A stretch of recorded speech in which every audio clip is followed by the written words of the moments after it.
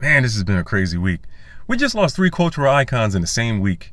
We lost Malcolm Jamal Warner on Sunday, Ozzy Osbourne on Tuesday, and then yesterday we just lost Hulk Hogan.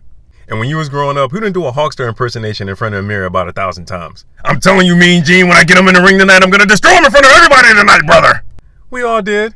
We all did it. We just lost another piece of our childhood. He's one of the most recognizable figures of all time. I have mixed feelings about him as an adult, but when we were kids growing up, we all loved him, and we all looked up to him. But you know something cool that happened when I was a kid? My father used to take me and my brothers to baseball games when we were growing up. He never took us to like a pro wrestling event, but when I was in elementary school, I remember there was a kid in my class. His dad took him to a pro wrestling event, and I'm guessing it might have been in like Baltimore City, maybe so. It was somewhere in Baltimore City, DC, maybe Virginia. It had to be somewhere in the city, because those type of events, I don't recall those type of events happening on the Eastern Shore of Maryland, so it had to happen in the city. But anyway, there was a kid at my school, a kid in my class.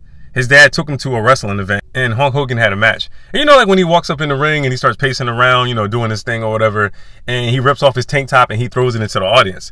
So I'm guessing when he ripped his tank top off and he threw it into the crowd, this kid's father caught it and gave it to his son. The next day, he comes to school with Hulk Hogan's tank top. He brings it to school and he shows it to everybody in the class, and he was telling everybody about the experience. And you got to think, back then, I just thought this was like the coolest thing ever, because I didn't have any close friends. I didn't know anyone personally who went to any pro wrestling, WWF, WWE events. I think for the rest of this year, we need to keep a close eye on Arnold Schwarzenegger and Sylvester Stallone. Just saying.